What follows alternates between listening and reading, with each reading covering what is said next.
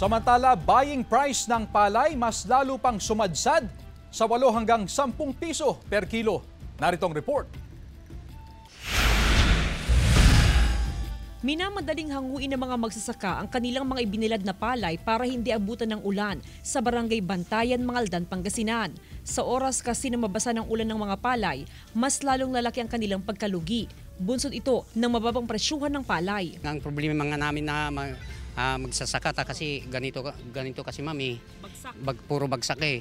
Ay, syempre kailangan mami, walang panggastos kasi. Sa monitoring ng Samang Industriya ng Agrikultura, sumadsad pa sa 8 pesos hanggang 10 pesos per kilo ang farm gate price ng palay sa Regions 1, 2 at 3. Of course, yung mga traders and miller,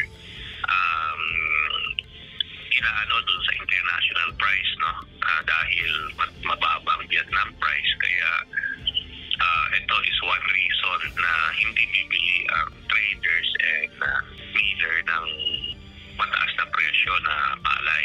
Pangunahing nakikitang dahilan ng sinag sa patuloy na pagsadsad ng presyo ng palay ay ang mababang taripa na ipinataw sa imported na bigas. Sa ngayon, nasa 15% lang ang taripa sa imported na bigas. Sinabi na natin sa NEDA yan and with the Department of Agriculture na dapat ibalik na yung taripa sa 35% para hindi bumagsak ng ganun, no?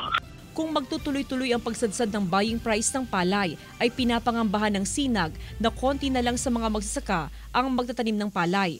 Magre-resulta ito ng mababang produksyon ng bigas sa huling quarter ng taon.